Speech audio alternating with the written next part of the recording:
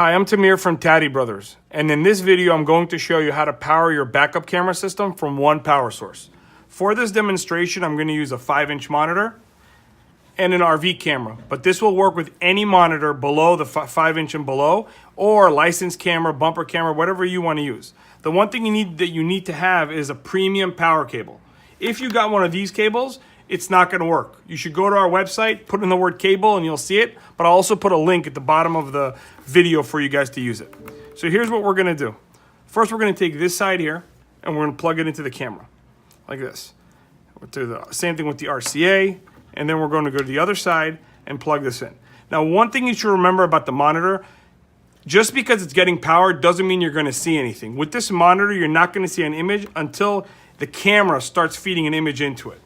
So to power the camera and the monitor, what we need to do is we need to power both of these sides that you see right here, right? This goes to the camera side and this goes to the monitor side.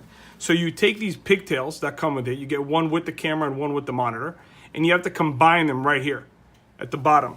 I already did it here to make the video shorter, right? As you can see, here's our pigtails, the red and the black that I got here. And then I combine them here, right? You got two blacks, two reds right here. All right, and now what I'm going to do is I'm going to plug in one here to the camera side and the other one here to the monitor side. And then when I take this thing and connect it 12 volts, it'll power both parts, both components of the backup camera system. All right, so I'm going to use my alligator clips that I see here, and you'll see that the monitor will turn on right away. Like that. Give it a second, and there you go. It's all working for you. All right, and that's all there is to it. Just remember again, if you're not getting an image on the monitor, that means that the camera is probably not powered. So you might want to double check that. If you have any questions, you know where to find us. Go to TadiBrothers.com or call us. Thank you and have a great day.